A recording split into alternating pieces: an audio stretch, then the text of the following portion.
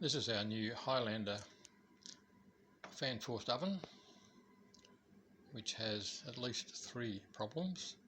The first one you'll notice is the button overlay is not properly attached.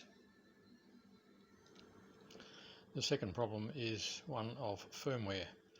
If I select a custom temperature,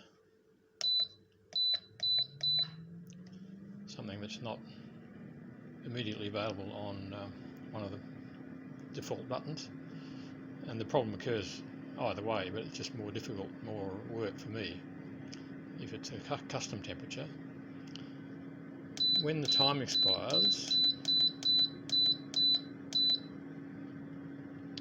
the temperature, instead of retaining the setting that I'd given it, goes back to 0, which means if I decide the food is not quite cooked and I need to give it a few more minutes, I have to go through the whole temperature setting procedure again before I can give it those few more minutes, compared to our old Casera turbo oven, which retained the temperature setting when it finished the time, and that made it easy to give it a few extra minutes when required.